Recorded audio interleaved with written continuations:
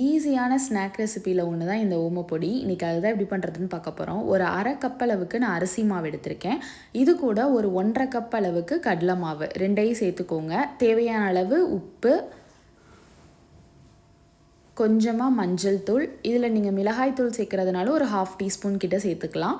ஒரு 2 table spoon அளவுக்கு butter, இதெல்லாம் சேர்த்துக்கோங்க. இப்போது எண்ணெயை கொஞ்சம் ஹீட் பண்ணி எடுத்திருக்கேன், அது ஒரு 2 டேபிள் ஸ்பூன் அளவு சேர்த்துக்கலாம். சேர்த்துட்டு இதை நல்லா கரண்டியில் நல்லா மிக்ஸ் பண்ணி விட்டுருங்க. இதுக்கப்புறம் நான் ஒரு 2 டேபிள் ஸ்பூன் அளவு ஓமத்தை சுடுதண்ணியில் ஒரு 1 மணி நேரம் ஊற வச்சு எடுத்திருக்கேன். அதை ஃபில்டர் பண்ணி இதில் கொஞ்சம் கொஞ்சமாக சேர்த்து மிக்ஸ் பண்ணுங்கள். அந்த ஓமம் ஊற வச்ச தண்ணியை வச்சே நீங்கள் இதை ஃபுல்லாகவே பிணைஞ்சிடலாம். கொஞ்சம் பிசு பிசுன்னு இருக்கிற மாதிரி தான் இருக்கும். நல்லா கையில் எண்ணெயை தொட்டு இந்த அளவு வர மாதிரி நல்லா பிணைஞ்சு எடுத்துக்கோங்க.